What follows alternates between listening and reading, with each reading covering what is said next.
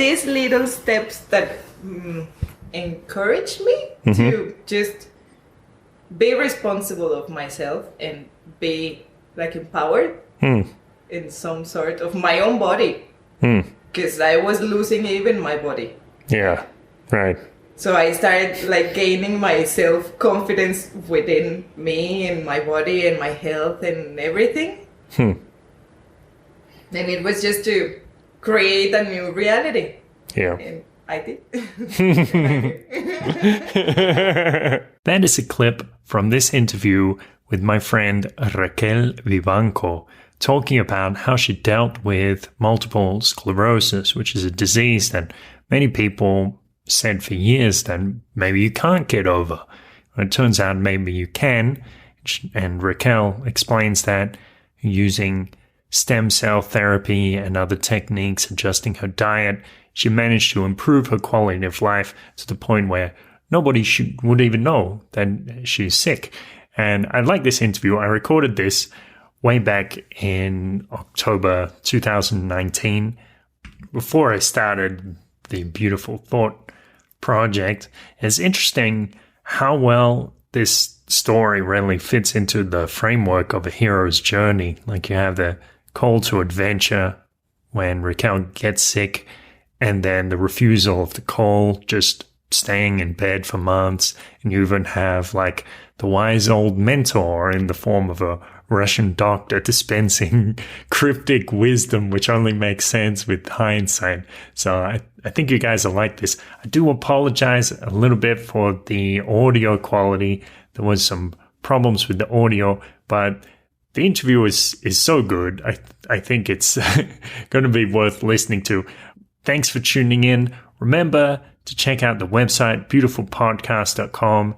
And if you're interested in cognitive behavioral sessions, if you experience some kind of mental anguish, some kind of stress in your life, perhaps even some physical problems, which could have mental causes, I might be able to help you with that. I'll explain more at the end of the podcast.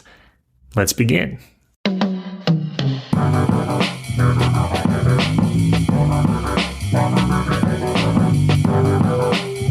This is a beautiful thought.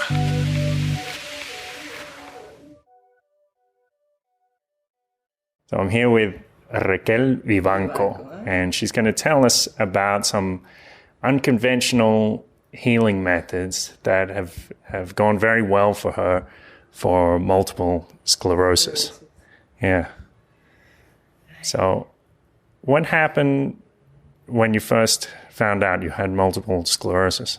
Like, you mean my symptoms or what happened with me? Yeah, tell me about the symptoms, because I think a lot of people don't know much about the disease. So yeah, I was 20 or 21? 20. And I started with like a weird pain in my left eye. As if I had like needles here in my brain, but in my eye. Okay. Like if I looked this way, it was so painful that I rather like just covered my eye. And I went to the doctor, and he said that I had like, I don't know, like derrame, like when you have blood in your a blood nerve. clot. Oh, a block in the nerve. Okay, like a pinched nerve. I don't know. Okay, something like that. Yeah. Like when your nerve is bleeding. Oh, okay. Okay. Like your eyeball and the nerve, and it's bleeding. Something like that. Wow. And I was like, okay, so what do I do with it? And they gave me drops. Yeah. And that's it. Like everything was fine. Okay. And nobody ever asked anything else. All right. It's cured. Okay. Yeah, I think that's an important lesson, because sometimes doctors will just find the surface issue and they won't dig too deeply. Doctors are not detectives a lot of the time. So. And it would be really scary if somebody told me, like, I went with a ophthalmologist. Yep. And he said, like, I wouldn't imagine if he said to me like, "You have MS." You know, like I went for my eye and now I'm this. Right. It's a big escalation. Yeah. So I understand that he didn't know. And then a month after that, I couldn't feel my arm. It was weird, like holding somebody's arm. One hand can feel that you are touching an arm, but you can't feel with the other arm. Like it was completely numb. All my left side, like full numb. And I freaked out. Like that was the moment I said, like, what is happening to me? Like, honestly, what's going on in here? And I told my dad, and my dad was like, "You're hungover. Don't worry." Okay. And be like, no, this is serious. And I've never heard of anyone turning numb down their entire left side. Yeah. Okay. Your dad like, obviously partied hard. Whatever, nothing happens, everything is fine. And it was going to be Christmas. I was in Zamora and then we were coming here to Guadalajara for Christmas dinner and stuff. And I was like, no, this is wrong. And he's like, I'm not gonna take you to the doctor, like they are on holidays. Because it was that period of time, like I think it was the 24th in the morning or something. Yeah. And we're like, no, like really, we need to, I feel really bad. Like I knew something was wrong, but I didn't know what exactly. I just, like, you don't feel your body. The half of your body, and the other half is perfectly fine. Wow. So literally like you could touch your face and you wouldn't feel anything. Wow. Like when you have That's the scary. anesthesia. Like, right. Yeah. And like the same, like no strength, no, I couldn't feel anything. I was like this. Just jumping in while I'm editing the interview to explain something. You can't see the video, but what Raquel was doing was like drooping down to her side as if she didn't have complete control of one side of her body. So I went to the doctor. And he asked me if I knew somebody from my family with a rare condition. And I'm like, no. And my dad said, yeah, your cousin. The same age as you, and she has multiple sclerosis. Wow. And we're like, true. So I text her. And we're like, I'm feeling this and that. Like right there with the doctor in front of me. And she was like, yeah, ask him for a, I don't know what's the name in English, una tomografía. A brain scan. Okay. But like the I don't know the name of it. Like an MRI or something. Yeah. Yep. Sí. That thing. And I told him, the doctor, and he's like, no, you don't need that. You just need brain scan, but in a different way. Okay, like a CAT scan or something. Yeah. So just to discard that I had a tumor or something. Right. And my cousin is telling me that I need the MRI. MRI. Yeah. And he's like, sure. She has MS. Maybe you have it too. Okay. Like, okay. Yeah, like, thanks, Doc. Sure. Merry Christmas. That was my gift. Like, and then, I was like, what am I gonna do? Like, it's Christmas. Yeah. And he's like, here, some injections. Like, it was dexamethasone. I don't know, like. Dexamethasone. I don't know what that is. Cortisona. Okay, cortisone. Yeah. Like in a big dose. Okay. Just to, I don't know, I think my brain was inflammado. Right. Just to. Swollen, inflamed, yeah. To reverse that for a while. Okay, sure. Just. Yeah, just a temporary thing. Yeah, until like all the results came positive or negative, whatever. We were just waiting for results. So then it was Christmas, and it got worse because I just couldn't move anymore. Like, I was just stuck in there. I was in bed like this, and I would go all the way. Like fall out of the bed? Yeah. Wow. So I just stayed in bed for Christmas that year. And that was it. But I stayed in bed like 2 months or something like that. Wow. I would just fall asleep and wake up and be like, is it over? No. You know a funny thing about it? You No. know that when you touch your phone, you Yeah. have like electric like impulse on Right. your phone. So like the I couldn't electricity. use my phone. Oh. Oh, okay. Yeah, that was a funny thing because I was like.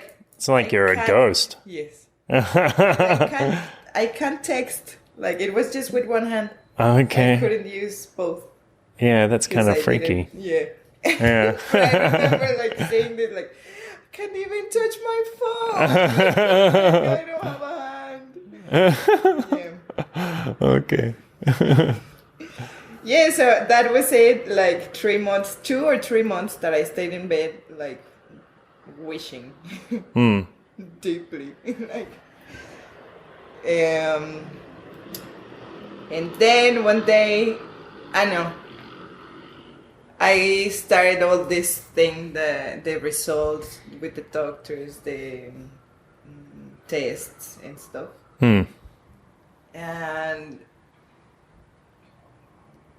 they gave me, it was like a vaccine. It's betaferon. Betaferon. Okay. It's interferon beta. It's All right. supposed that it modifies your immune system.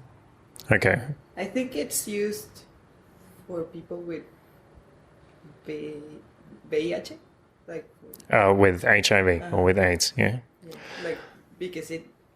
Right, because like similar. Well, there's one similarity between HIV and multiple sclerosis. They're both problems with the immune system. Yeah. So there's some relationship there. Yeah. Yeah. So the explanation my doctor gave me was that my immune system was attacking my own body. Right. Like it was like confusing. I don't know. Yeah. So at that point, they didn't know that you had MS. No. Right. And we started like all the tests. It's brain scans and like wires everywhere and needles everywhere, blood everywhere. So like they have to check first all the diseases in your blood, like virus, bacteria, tumors, cancer, everything. Okay. And the last one is that one. Because it wasn't common. Right. Now it's trendy or something. But like it wasn't a thing. Like Okay. So do you think like things of the environment have changed these days? I don't know. Okay. Considering that I had to change my whole diet after that happened, Right. I guess. Okay. Because we asked in like with my family if they knew if my ancestors had MS, and we are thinking about it's a great. It's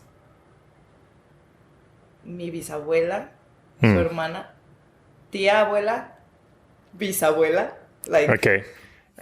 Far beyond. I don't know, Yeah, your grandmother, your great grandmother, your great aunt. My Yep. great grand aunt. I don't know. Great, yeah, great great aunt, I guess you'd say. That one. Yeah. Because she died young, and we don't know anything about her. And it was just like she didn't have kids, and like that.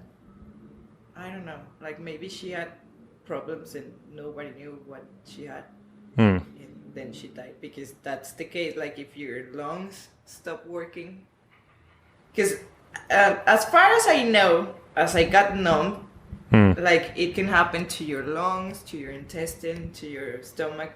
it just stops working. Okay, because it's like the nerve connections aren't there, so your organs can't communicate with your brain. See. Right. Like, it's dangerous, but no, at the same time. Like, the doctor told me, no, you're fine. And we're like, okay, I'm fine. You're fine. 2 months in bed? Go and Fine. live with that. Okay, shall do. Yeah, So when did you start having doubts that the doctors could actually help you? Or maybe they said to you, we cannot cure this.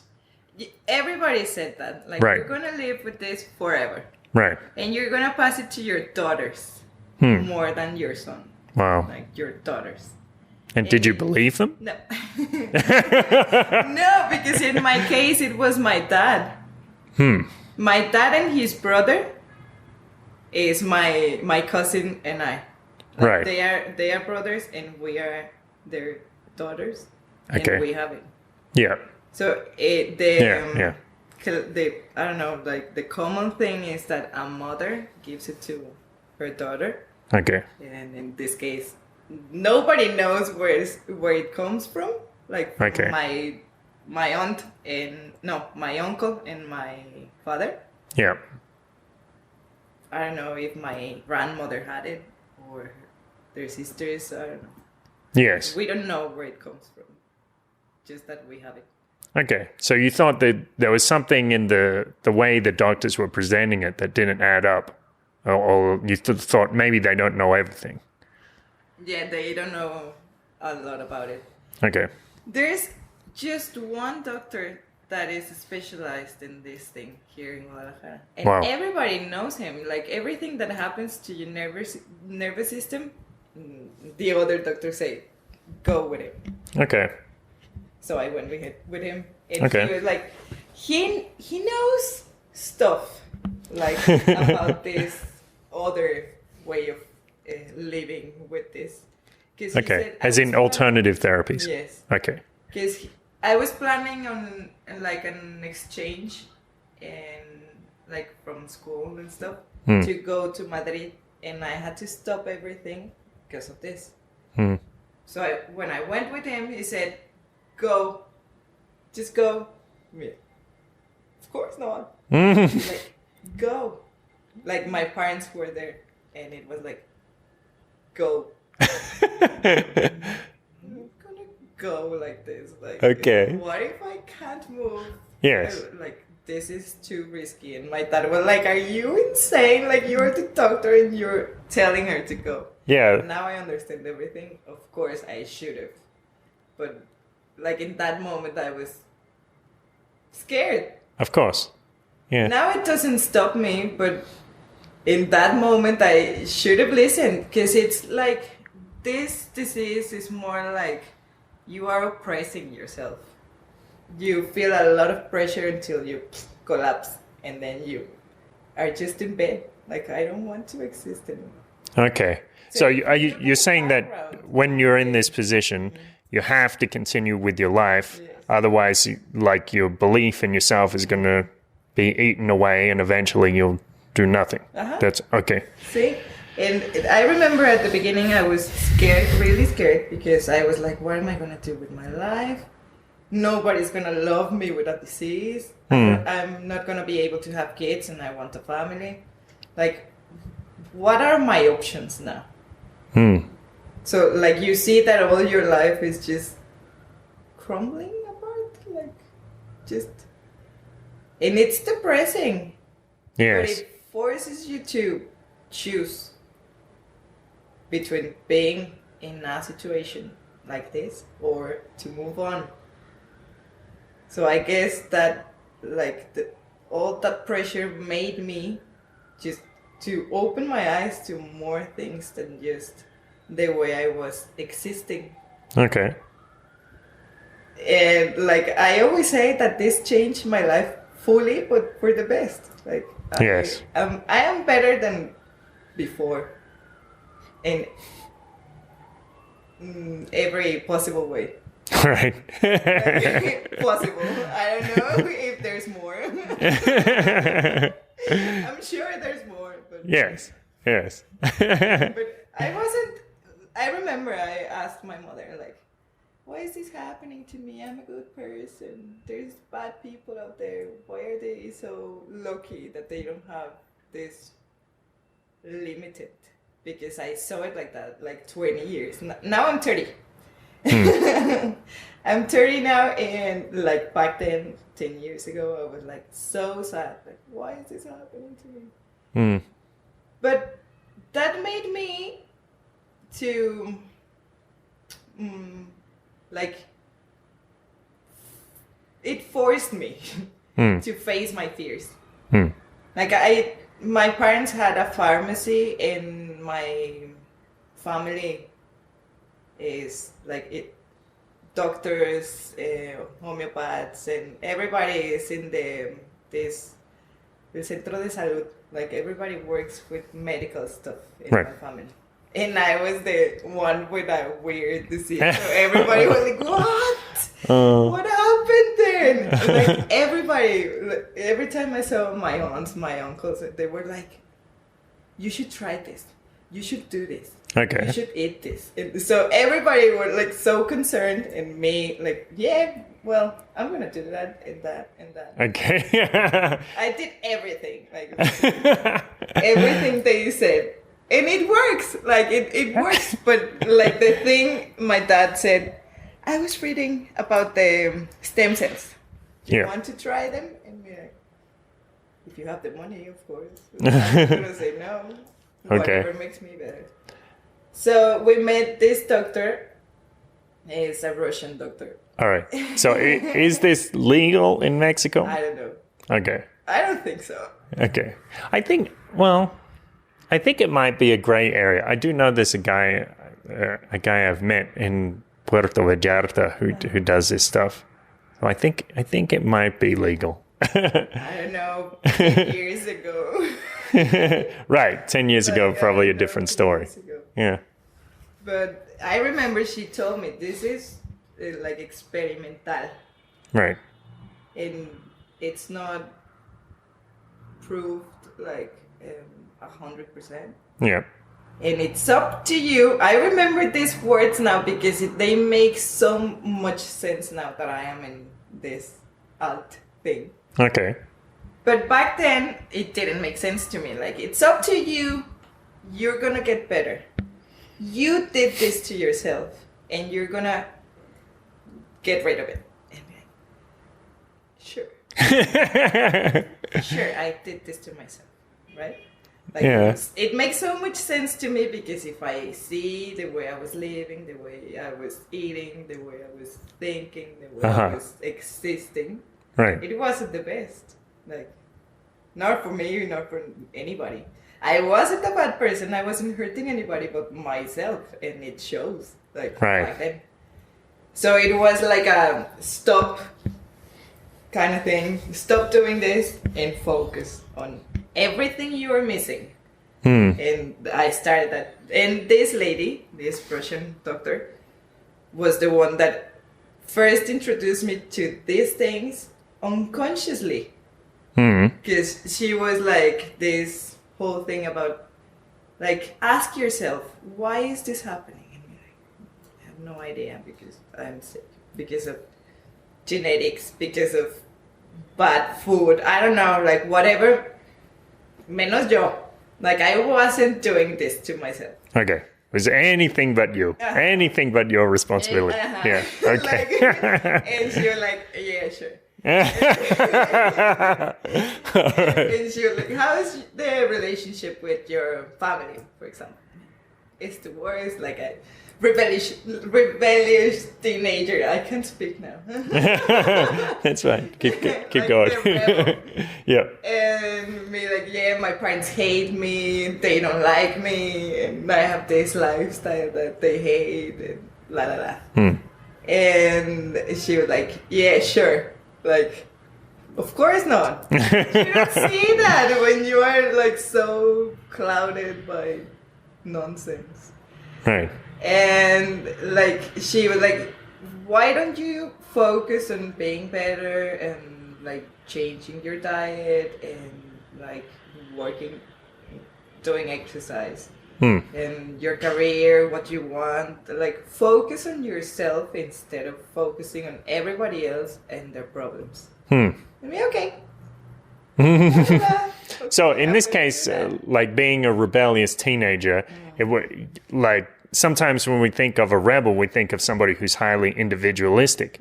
But actually, it's like you're pushing against everybody around you, and not doing what's best for you. I don't know about that. My parents were too like Mexican, you know, Okay. like when they are tradicionales. Yeah. So you didn't have to rebel a bit. Yeah. See. Sure. But in a good way. Now my dad is like, thank God you did all of this, because Yes. now I understand so many things. Yes. So that kind of thing, but it was a lot of pressure Right. on me, like on my shoulders. Yeah.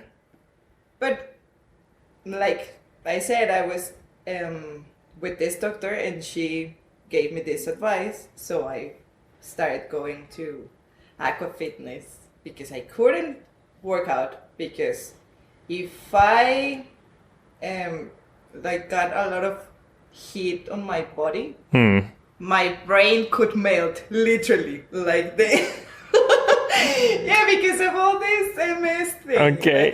Like my temperature had to be like, Yeah. I couldn't shower with hot water, Right. go to the beach and stuff.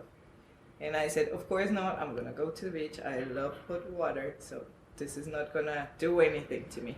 So I understand that our reality and the way we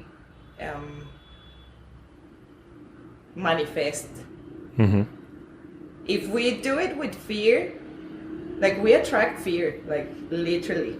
And if we say, nah, fuck it, I'm gonna do what I want to do because this is my life, and what else can I do? If I give my power to other person, then Right.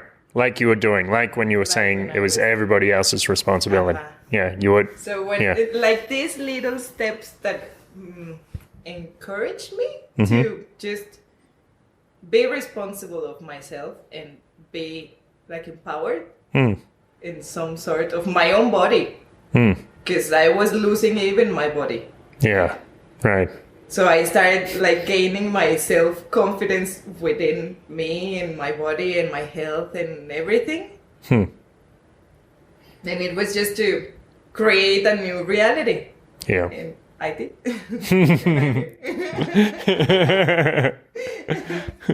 See. So what happened with the stem cells? How does it work, and what were the results like? The therapy is what I understood is that you get like a shot of a vaccine, a huge one, with stem cells for individual organs, like for my kidney, or the other kidney, or my liver, or like. Okay. And she has this system that if you you make like a system, literally, with all the organs and how they work and what they do and how your body processes everything. So she connects everything, and then like with the vaccines.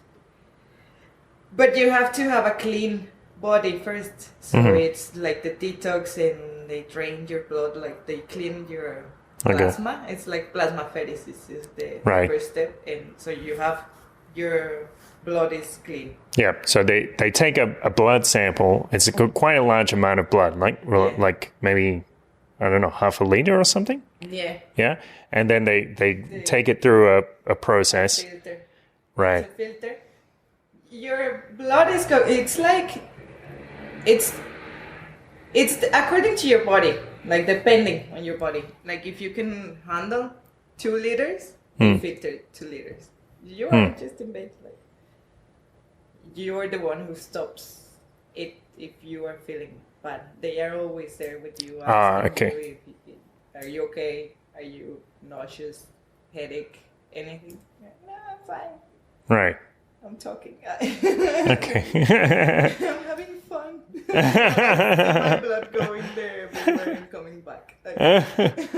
Yeah, so I had that until my plasma was crystal clear. Because at the beginning it was like chicken soup. Horrible. Okay. It was horrible. Me like, what's this? And she's like, all the medicine that got into your system when like cortisona and everything was there in my blood. Okay. She's like, we need to do this like 3 more times because like this thing is heavy. And she told me that like cortisona you take like 12 years to get rid of it from your system. Wow.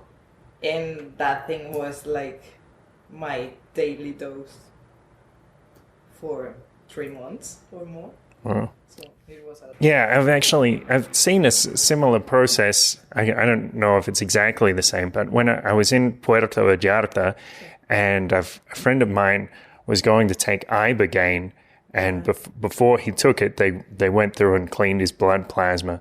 And sometimes they have addicts in there, like opiate addicts, and they said the plasma comes out and it's like really dark and like nasty gray color and stuff, and they really have to clean it.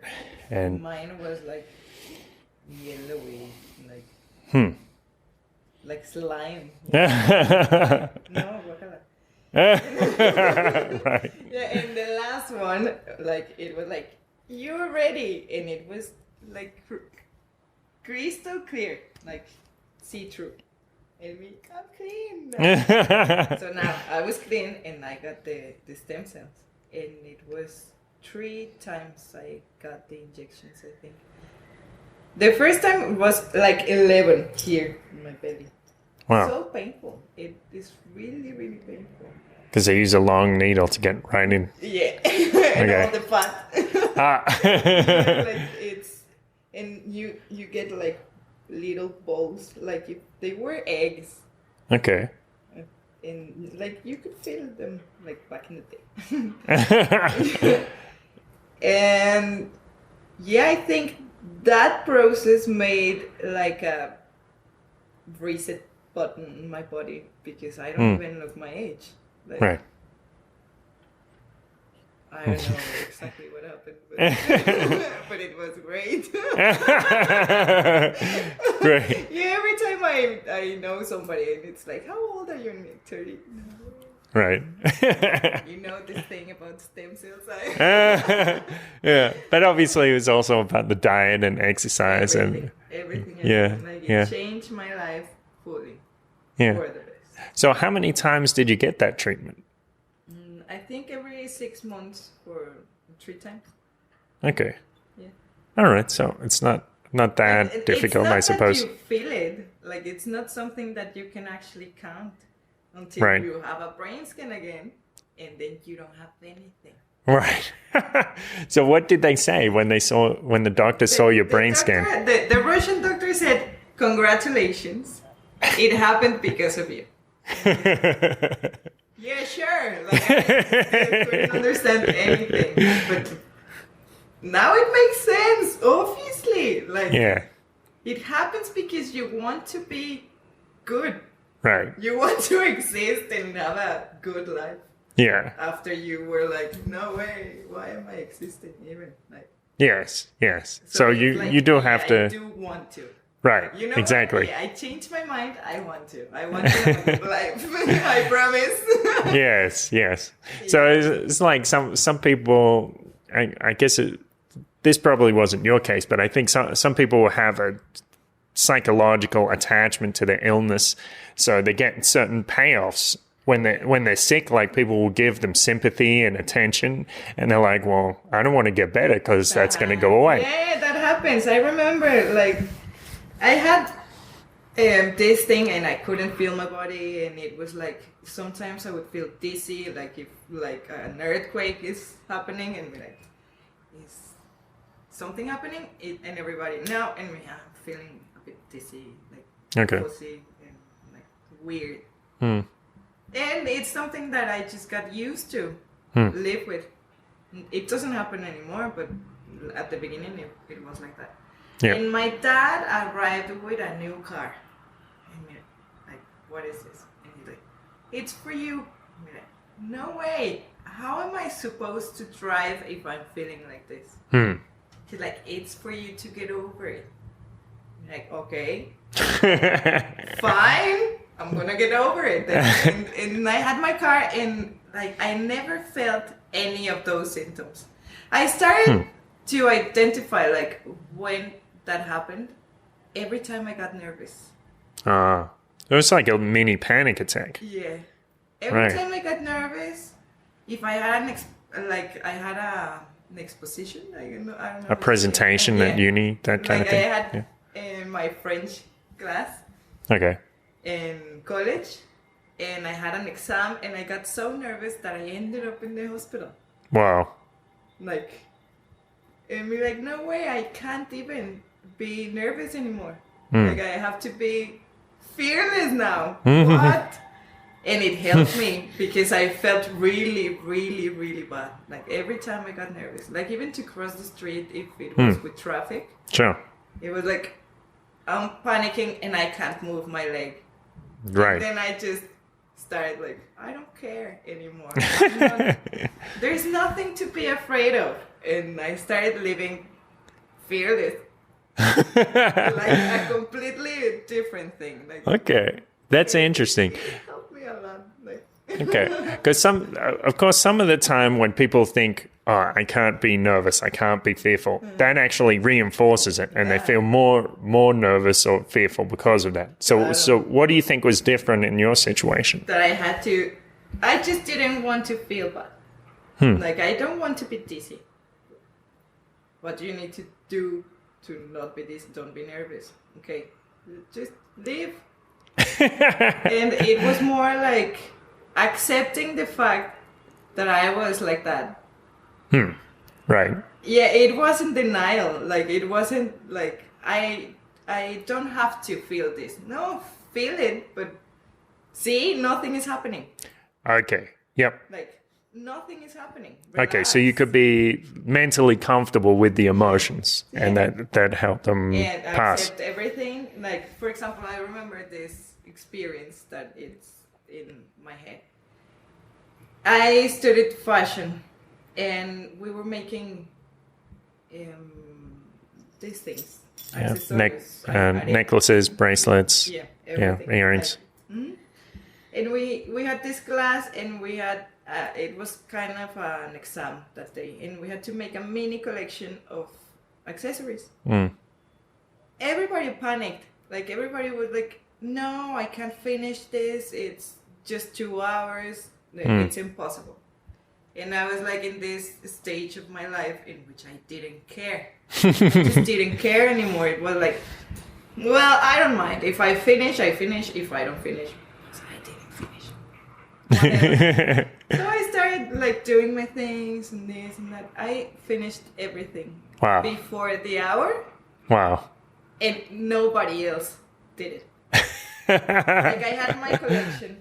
I had a pair of earrings, a pair of rings, and a bracelet and a necklace. Okay. Well, this is like a Zen thing, or like like something that ancients talk about. Like, whatever, I don't care. Like, that was my mentality. Like, yes. Whatever, I'm sick. I don't care. But you had this. The teacher knows that I'm sick, so it doesn't matter. So Okay. But then I realized that it was just doing things calmly. Yes. So it's like you had this detachment from the results, and you still made the right action and persisted with it, and that's all it took. Like, that was the main thing, that in 2 hours you had to make a collection, and nobody else did it because of stress. Right, because they were thinking, I can't do this, I can't do this. But it's the same if I finish, if I don't. Right. Now it changed fully. Like, now I see it like, just be calm, focus on what you have to do, and do it right. Yes. No, back then I was angry. I was angry at the illness. So I was like, whatever, I'm sick. Okay. I see it. So it was in a sense like you'd sort of given up, like, fuck it, whatever. Did it, like, whatever. If I finish, I finish. If I don't, whatever. Okay. And then Makes sense. I saw that it worked. And we're like, oh my God. Yeah. Yeah, I was the kind of person that was too worried, like not being on time Right. for like whatever. Like 15 minutes before the class started, I was there, or with the doctor or whatever, and I just stopped that. Like it was like, nothing happens. Like with you, I'm gonna arrive a bit later. Because you know what? Yeah, I know it's your time, but it's not so much. So And I you guess we can have gave fun. in to your Mexican nature. I was becoming too German or something. And life said, no, you're Mexican stuff. You can't do that. You have to say ahorita and arrive like 3 hours later. Or never do it. Yeah, but that made me I'm still like a bit punctual. Yeah. But I'm not worried anymore. It was like an overweight Right. on my shoulders, like Yeah. When you can be punctual without worrying about it. yeah, and Yeah. I was extra worried about it. Yeah. Extra. Until my brain exploded. It said like, Raquel, calm down. I can't. Right. So would you say you're putting a lot of pressure on yourself all of those years to be perfect or to be to be better somehow like just to exist the way I wanted to exist. And it was a problem for my parents, a problem for my brother, a problem for everybody. Like maybe I was too just focusing on myself and nobody else. I don't know. Like I haven't checked that part of my life. Maybe there's something there. Some information I need to readdress. Of course. Yeah. And the way I felt it and the way it showed to me in that moment, it was a lot of pressure of existing. Right. And it was just in bed like for months. And me, like I used to be the kind of person that was everywhere. Like I'm going to this party and then I'm gonna go with my friend and then I'm gonna go back home and I'm gonna do my homework and then go to class and then like everywhere. Like from this point to the city to the other and in half an hour. Like, now I'm not like that at all. It just went to slow down. Like, right. Literally slow down. Enjoy. Not just go from one place to another, avoiding reality or escaping everything that actually matters, because that was the case. Like I'm just gonna go everywhere and not see anything. Right, because every time you go to a place, you're always focused on getting to the next place. Yeah. I see. So this ties into the meditation as well. So after the stem cell therapy, eventually you when the doctor said like this happened because of you, congratulations, and be like, yay, brain, well done. Yeah. And that gave me the confidence that I was okay, that I was perfectly fine and I could keep on going with my life. So I did, and I think I graduated, and then I went to Ireland, and I lived there for a year. In Dublin? In Dublin. And the first week I got sick, and I started feeling dizzy again. Right. I'd be like, no way. But then I remembered that every time I had a bacteria or a virus or something, I got this, my brain would say, hey, there's something wrong with your body by me being dizzy. So I went to the hospital. In the hospital, I said that I had MS and that I needed antibiotics. I just asked for antibiotics. Okay. And I stayed there in Paddy's Day, the whole parade happening and me in the hospital. Because there were no doctors and they got me in there and be like, okay. And I couldn't go home because then I wouldn't get the brain scan in the first thing in the morning after the bank holiday. Okay. So I was priority if I stayed. Yeah. So I stayed and then I went for the brain scan and they said, you don't have anything. Right. And we're like, thank God. Yes, I just needed antibiotics. But that made me feel like even more secure, like more confident that I didn't have this thing anymore. That this was just my body like reacting to something new, like bacteria from another continent. It was the first time I was in another country. So it was my body adapting. I don't know.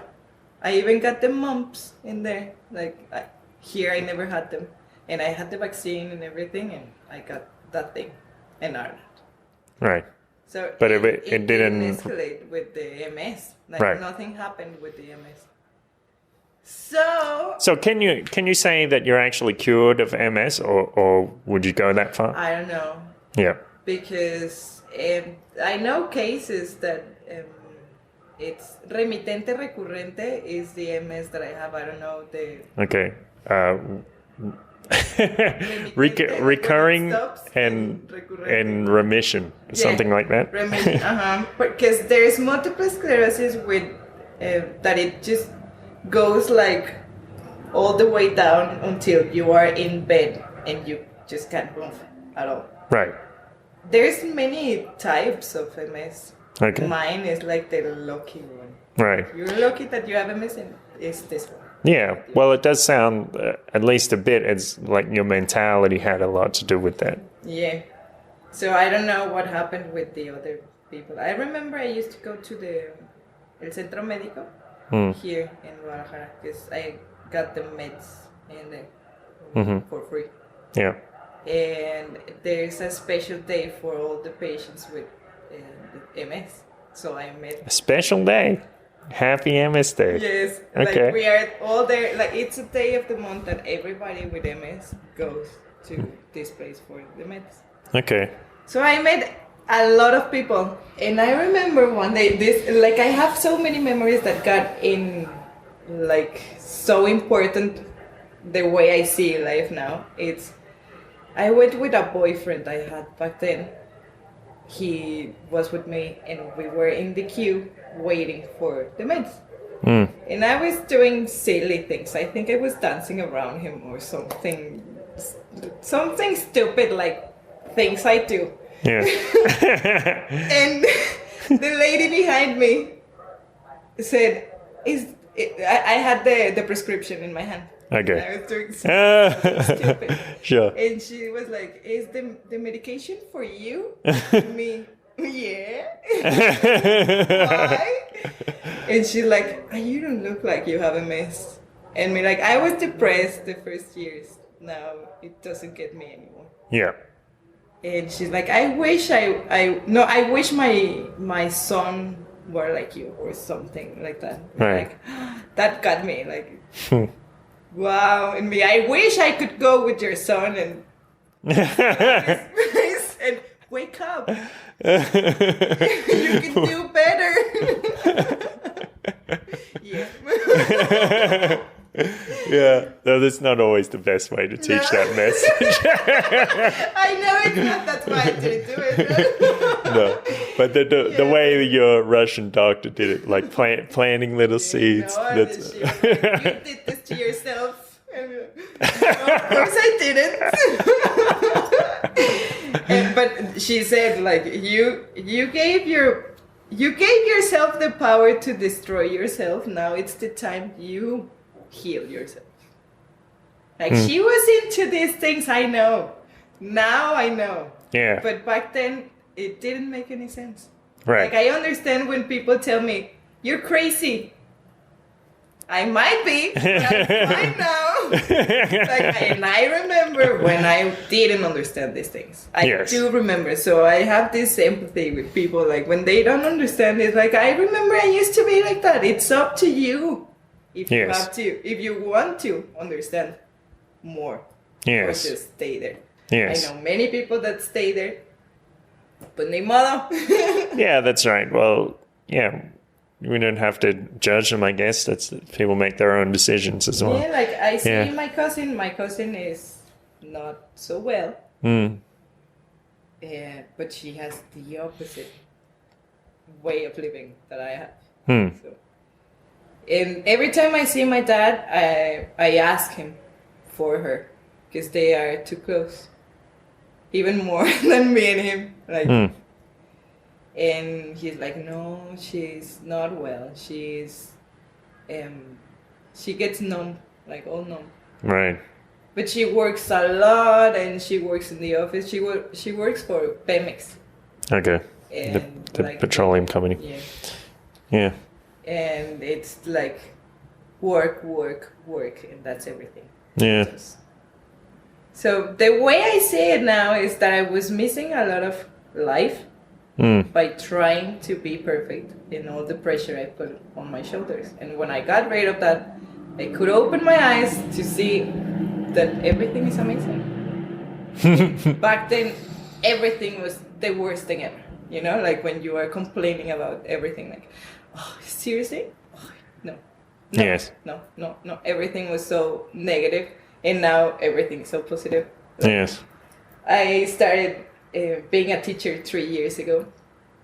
I was fine and like perfectly well in that time, and all my students are the same. Like they say the same to me, like you have this energy and you carry yourself like everything is great in me, because everything was awful before.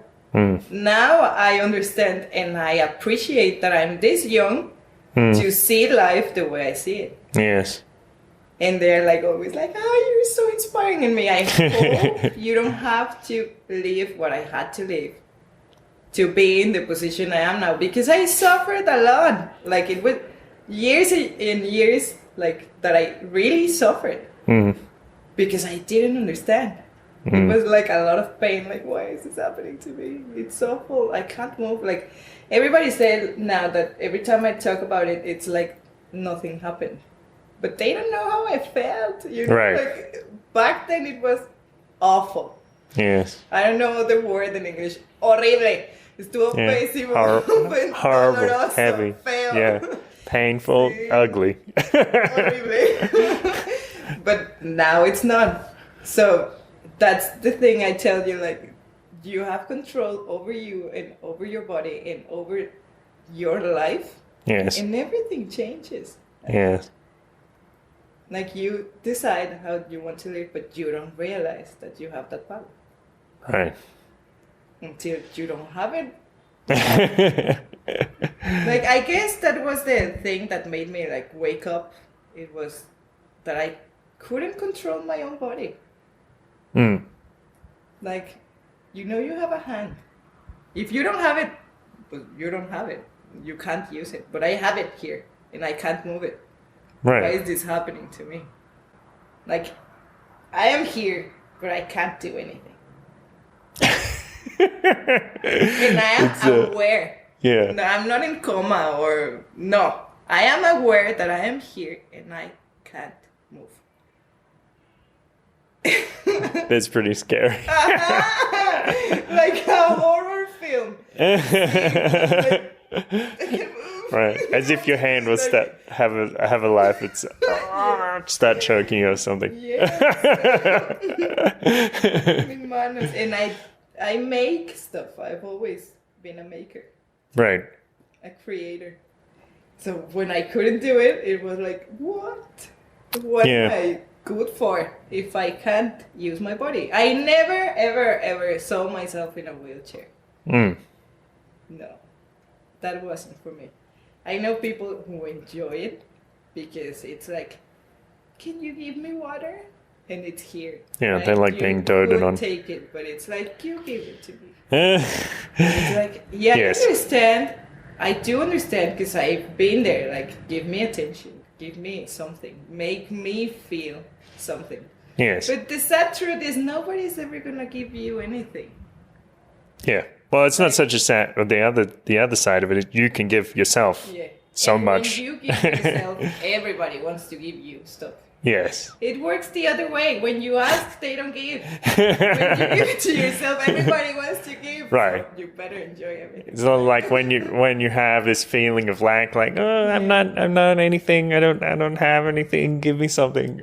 People are gonna be, oh no, I don't want to be around that because it's like you're a parasite almost. You absorb, like, from a vampire. Yeah. So I understood that as well. Okay. And it happens as well, like even though you know and you are aware of those things, then you find yourself asking for stuff and you're like, I know, wait. I can give this to myself. And Right. if somebody else gives it to me, it's fine. Yes. And thank you. Yes. That's what I wanted in the first place.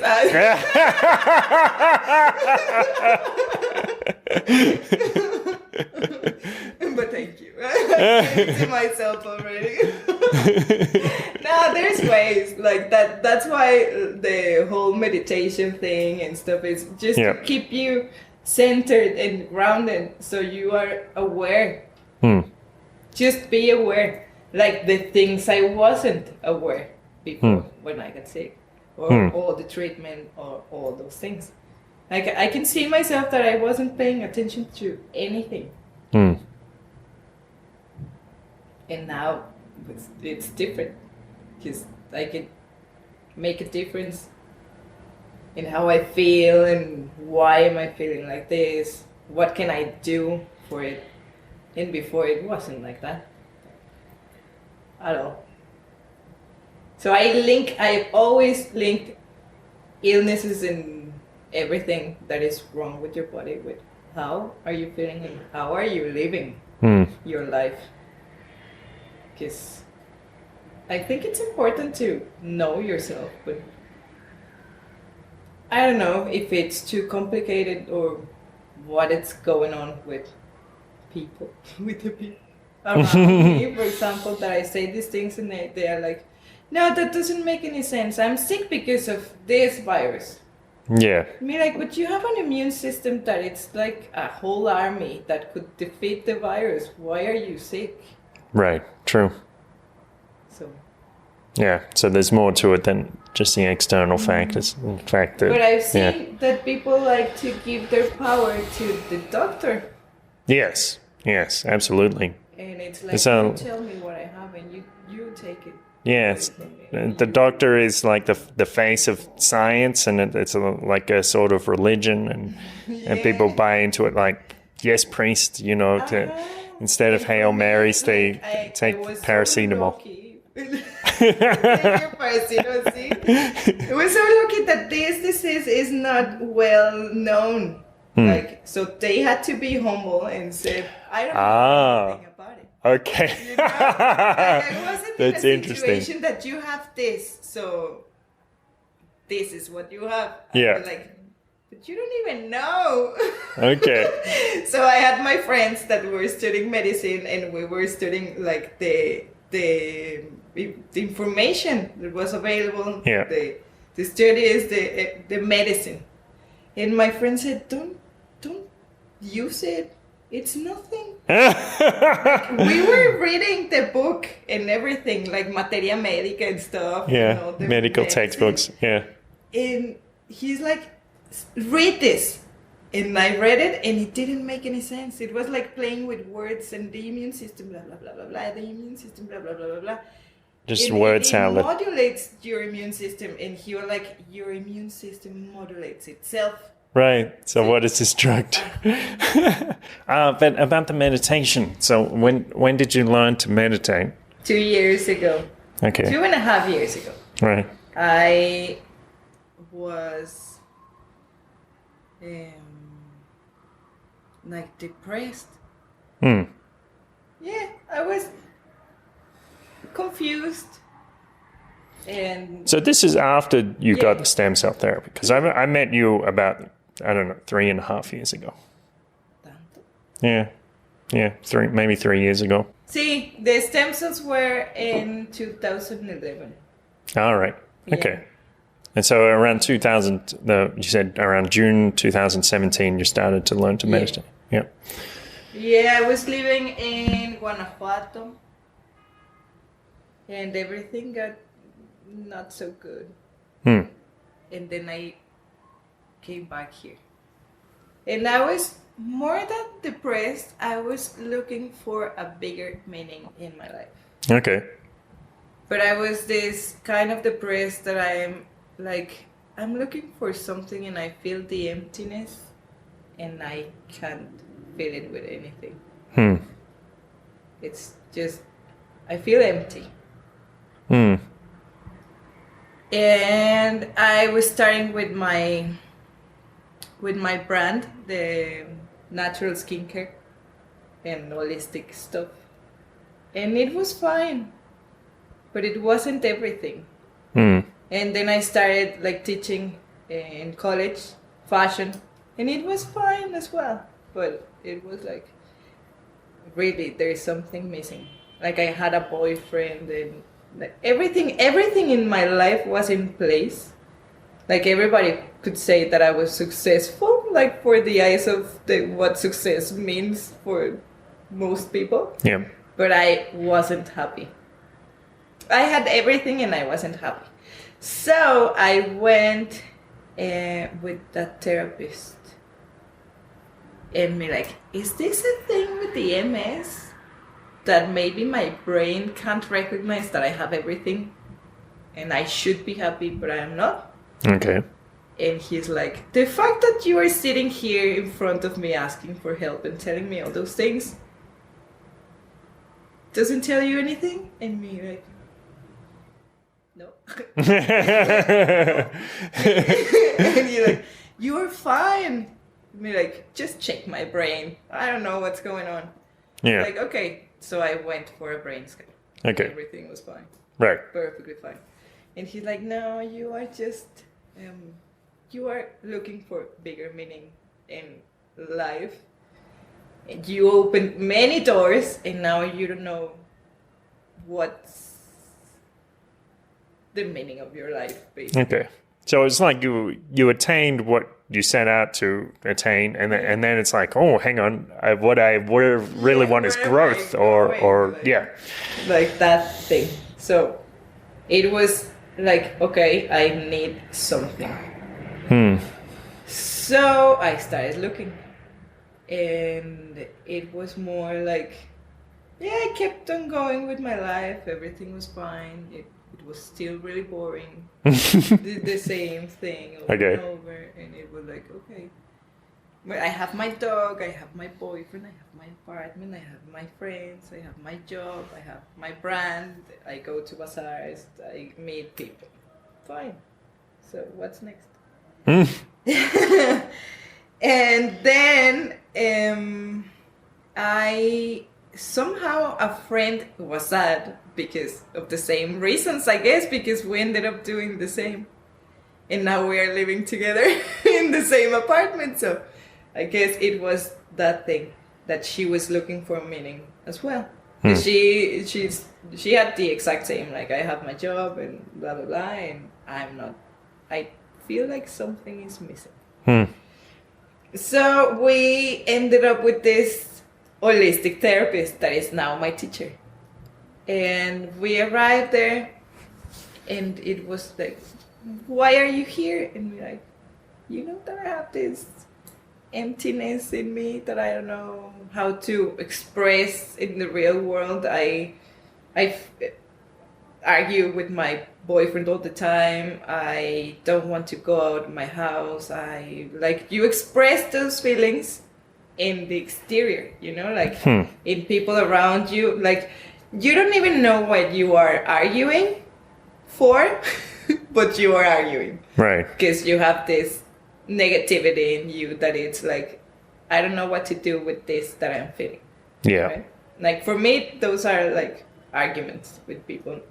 It's never about them, it's about you. Yeah, I've been there. I remember I had this dream once. It was like I'd missed a bus or something, and I was calling the bus company to complain about it, and the woman wouldn't acknowledge it. And I woke up and I was like, oh, I'm such an argumentative person that I even try to argue in my dreams. I could be doing anything in my dreams. I've been wasting time arguing. Exactly. I made the bus late. I made the bus leave early. I made the woman to argue with me, to not acknowledge my complaints. You should have arrived earlier, and then you would be and everybody would be happy. But now, let's argue. Yes. So yeah, that happens. So I met her, and she was like, "Okay, they are waiting for you." And me, who? Who? Because I don't see anybody in here but you and me, and nobody that knows me. Yeah. Like, this is the first time I see you. All right. And then we like touch the subject of your guides, your cosmic companions, your angels. Yeah, guardian angels, yeah. And me like, oh, that's interesting. Because once I went with a chiropractor. Yeah, chiropractic, yeah. And he had like this gift as well. And it was like, he said the same, like they were waiting for you and they say that you are not alone. That thing like years and years and years before. But it didn't stay. Like it was just like, okay, thanks. I don't get it. Like right. The same with my doctor, you Yeah. know, like, yeah, sure. Some otro día con más calma. Whatever. And now, like, I was like, yeah, somebody said the same to me, like, years before. Because they've always been there. What do you mean? And she's like, okay, they told me to invite you to this new class, meditation class that we're going to have. And it starts in June. And that thing was in April, my appointment. Okay. And me, okay, I'm in. I've got invited by people I can't see. That's interesting. Like, it's adding something to the boring life I had. Okay. True. So I went, I was like, I have nothing to lose. Yeah. And then I went there, and it's amazing. Like, really, it's just meditation. Literally, it's with a group of people. It's in her house. It's like we are sitting all in the floor. And everybody is just in a space with themselves. Like I am with myself at that moment. And it's like, just listen what Raquel has to say. And Raquel is like, you should focus more on these things and that. And then let go of that thing. It's not working for you.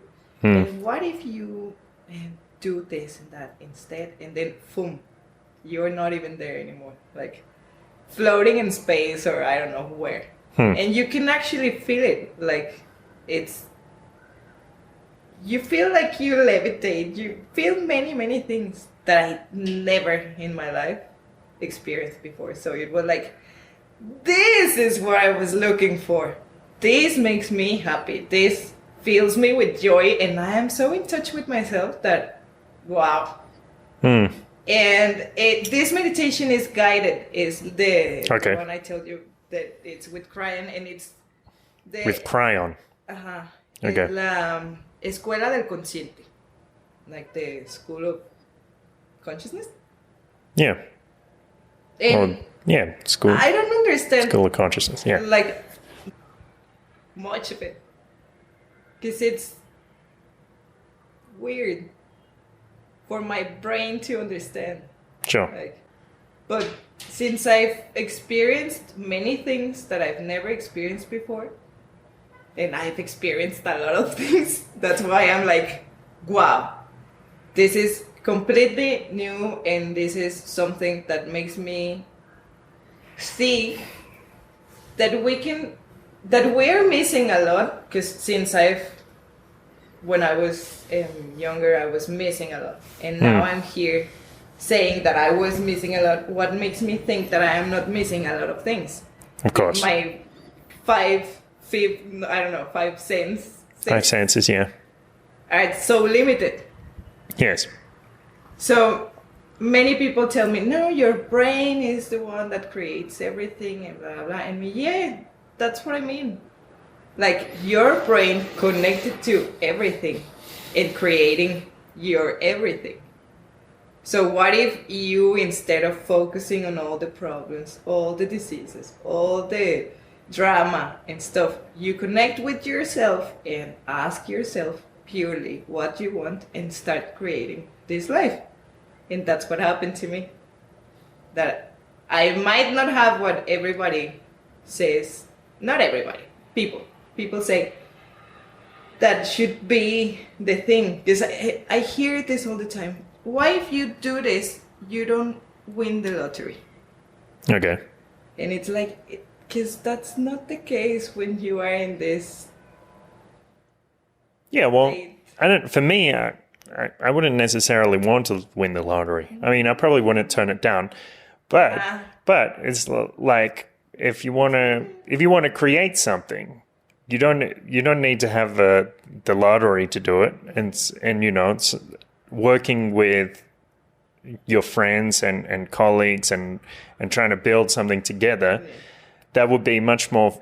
It's a much more compelling story than a guy who just wins the lottery and everything works out great for him. No, it's. And then, like, the question that it's always like a rule. Basically, it's like, ask yourself why you want these things. Because this is about fixing everything you've done wrong, basically. Like, okay. I think we live our lives so, like, blocked just for ourselves that we don't see that we hurt people without intention. Yes. So it's like, focus on why you want this, and is this for control, like power, or something that it's gonna hurt, or is for all the good reasons that you want it? Because I want to share, because I want to, I don't know, it's love, or all the other vibration, like fear, hate, pain, everything that just doesn't make you feel good. Right. But hang on for a second. Yeah. So when you're in this guided meditation, are you trying to imagine scenarios, or trying to create things, come up with things that you're going to complete in the future? Or is that a separate process? It depends the person. Because I talk with my friends after we finish meditating. And it's like, what did you see? Right? And they're like, I was in this spaceship and I saw these beings and all these lights and blah blah. And me, I just saw colors and I felt really good. Like, and another one, I saw myself like literally manifesting everything I want. And it's depending on the intention you give for your meditation. For example, if you have like a problem in your meditation, you give the intention to solve it, and then you have all the tools to solve it. Right. It's depending on what circumstances you're living. Okay. So with the guided meditation, does the guide have a specific script, or does he tell you to visualize certain things, or it's like a hypnotic induction or something? This meditation is as if you are receiving things. Yeah. For example, there's one that they ask you to go somewhere and open a door and open the portal, and then stuff like that. Sometimes I'm just too disconnected to believe, let's say. Even though I'm in these things, it's a lot for me to process. Okay, like to try to visualize everything in the moment they're saying it. Mm-hmm. Yeah, okay. And other ones are like, now we're gonna give you like light and you're gonna do all you can to spread it or stuff like that. More of heal yourself and feel free and be happy. I like those ones more than the other ones. Okay. But it's because I think I haven't had the encounter with these things. My dad, for example, is always talking about them, like they About the beings of light. Okay. like, or aliens or Yeah. other creatures, like, and we're like, that's cool. Like, I don't discard them, but I haven't seen them, so Okay. it's kind of not my time yet to understand. I don't know. Or you just have a different way of perceiving things. Yeah. I see. Yeah, it's interesting. It does sound it's a lot like taking a journey with ayahuasca. Like everybody has, everybody sees or feels different things and has their own message that they get from their own healing. Yeah. But here is like today. I'm going today. Right. It's every Wednesday. Wow. And there's levels. For example, the first one is Kryon and it's 48 steps. Okay. And the next one is Pioneers, I guess. Yeah. And it's 60 something steps. Okay. And I'm in the 25th.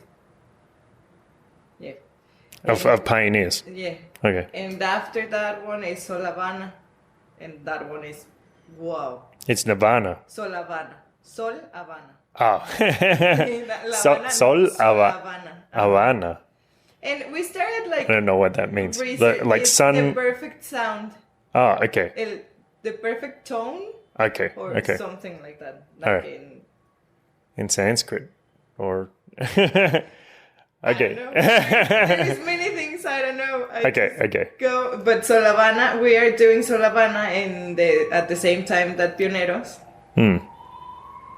Yeah, we have 3 Pioneros, you and Sol Havana in 1 month. All right. And where does this tradition come from? I don't know. Okay. Because I was reading about it earlier, like I looked up Kryon meditation, and it was like this letter that came up from a being named Kryon, and this was a channeled letter from some kind of some being that's not quite of this earth. You know this. You know people who do like things like being mediums or something. I don't think I've ever met anyone who does it, but I've read a bit about it. Because I've been there. Right. Like I've been the medium. Right.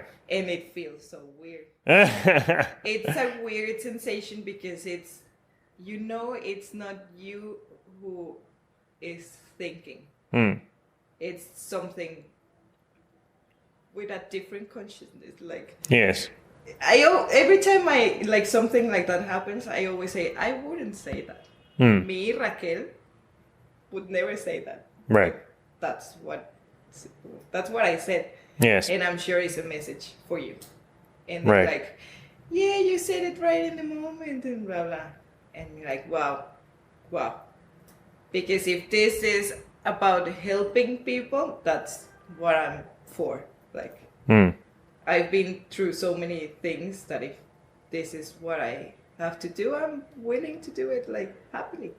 But it's weird. It feels weird. It's like who is talking to me? Because it's even another voice. It's not the voice in my brain. It's just and it doesn't sound here in your ears. It's inside you, and it feels like goosebumps, but good ones, not the ones that make you feel scared or in a dangerous situation, but in a right. As if somebody's hugging you and telling you something that you have to say to the other person. Wow. Like that. Okay. And that's what my teacher did to me when I went with her. Right. And everything that she said, it was like really comforting for me. And she didn't even know what I was experiencing. It was, they told me to tell you this in specific situations that I didn't mention to her. Right. And me like, wow. Like, you're good. And I talk about these things and people tell me like, it's not like a scam or like, no scam, come on. Yeah, a scam, a con game. Yeah, sure. Yeah, like they Like a tell cult, you maybe. things that you want to hear. Right. I mean, like, I don't think we need to hear. We all need to hear what it's been said to you. Yes. Like, I don't think I don't know. It was a situation with my grandmother that I never met, and my mom never talks about her. And she said something to me about her, and then I went with my mother and asked her, and she said, "Yeah, that happened. Who told you?" So it's like a memory you heard. No. My teacher now told me something about my grandmother, I see. and I didn't know my grandmother, and my mom never talks about her because Right. it's hurtful for her, like painful. So my teacher told me something, and then I went with my mother and asked her, and my mother, "Who told you this?" Right. And me, somebody that doesn't know us. And she's like, wow. And then I told her all these things, and she's like, I'm interested. Like, I want to go too. Yeah. Because it's interesting. It's like, how can we do this? Yeah. That's the main question I always ask myself. How is this part of our senses that we ignore? Because every time I talk to people, it's like, hey, and I have this dream.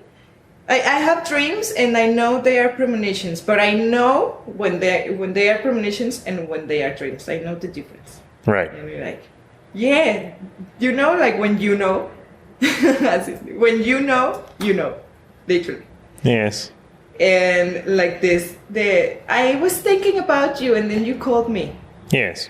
Or it's a very like, common experience. Yeah, yes. It's so easy, like simple. Think about somebody and it's gonna appear. Yes. The other day it happened to me that I have my stuff in a shop, and I thought about this lady, and I went to the shop, and she was like, I swear to God, I was thinking about you this morning, and I thought you were gonna come. Right. I'm like, well, I'm here, you called me. Yeah. It happens. Yeah, I had that experience just the other day. Like I knew this young lady, Daniela, here in Guadalajara. Mm-hmm. I hadn't seen her, talked to her in 2.5 years.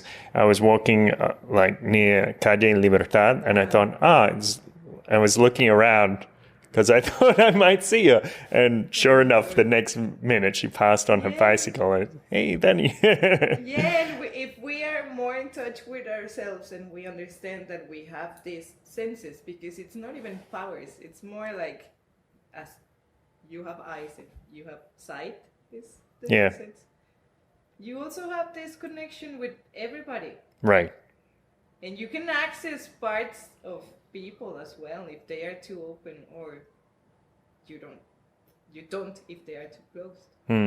Because that happens as well. Like when somebody is showing a different face and you don't know what's going on, like when they are too closed, or when they are see-through and you're like, I know you have this. Like, how do you know? Because I can see it. Yes, and it's funny too because people think they're so they put on the strong face and everything, like, and nah, come on, come on. It's the same with energy, not just our body. Like literally, our body is made of what we are projecting. Yeah.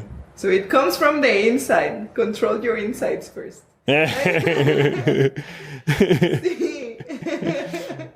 Yes.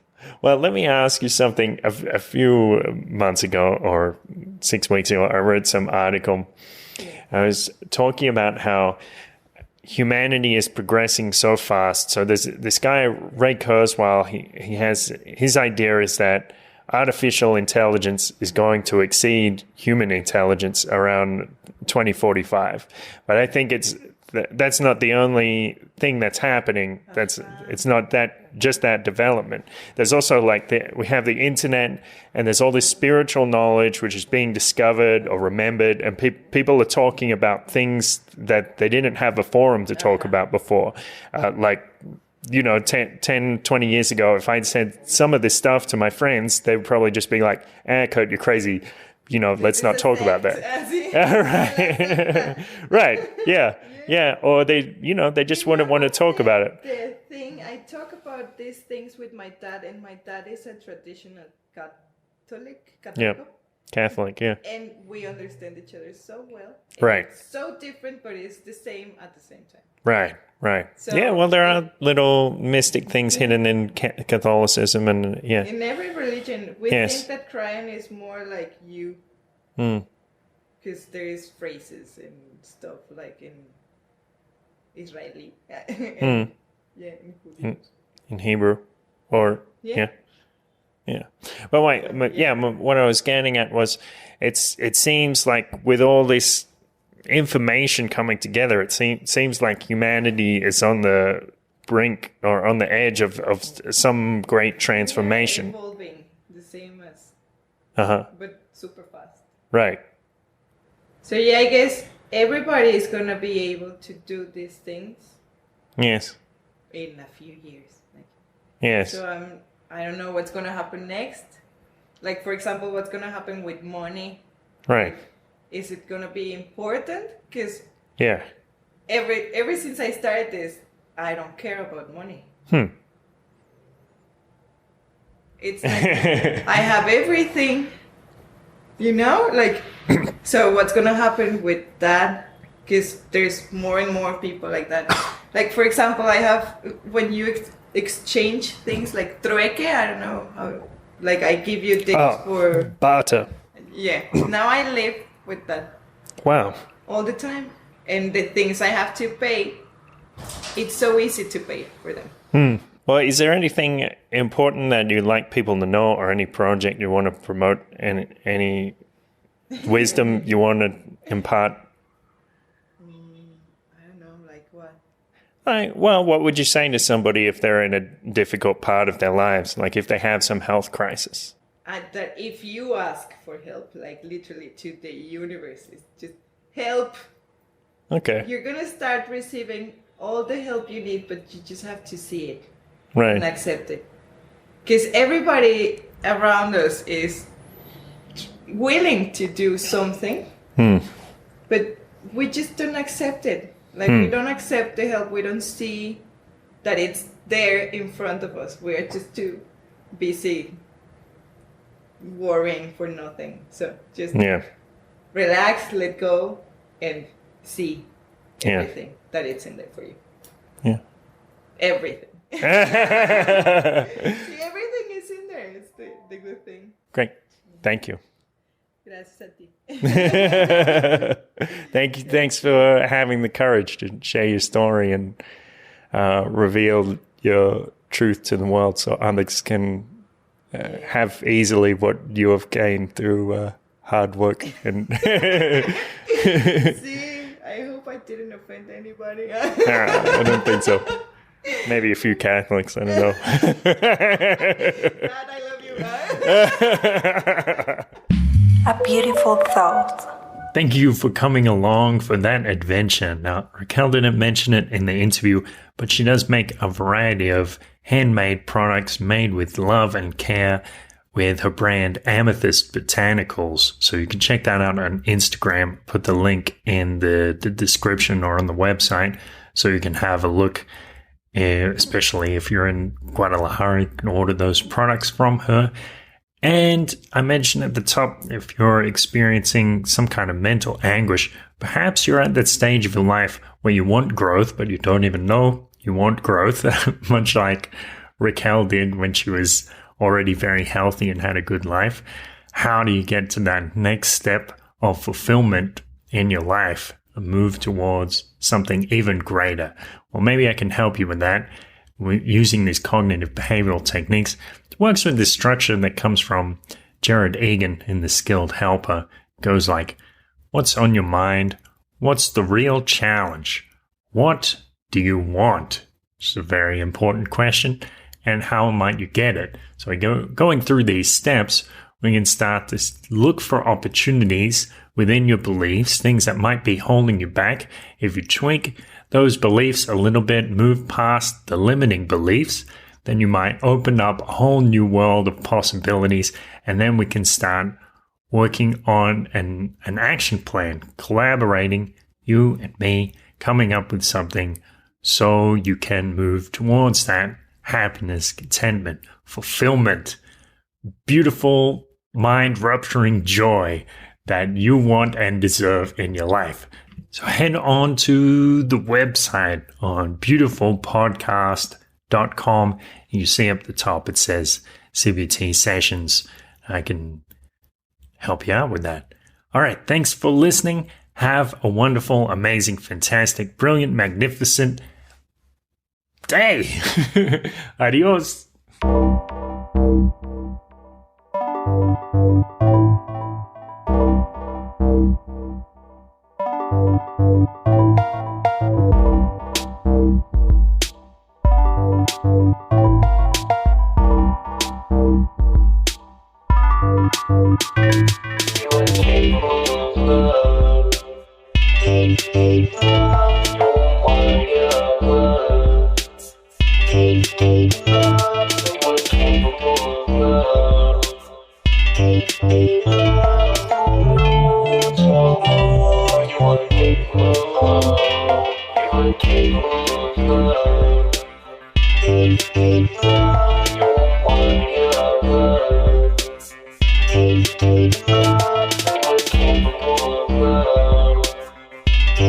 Love.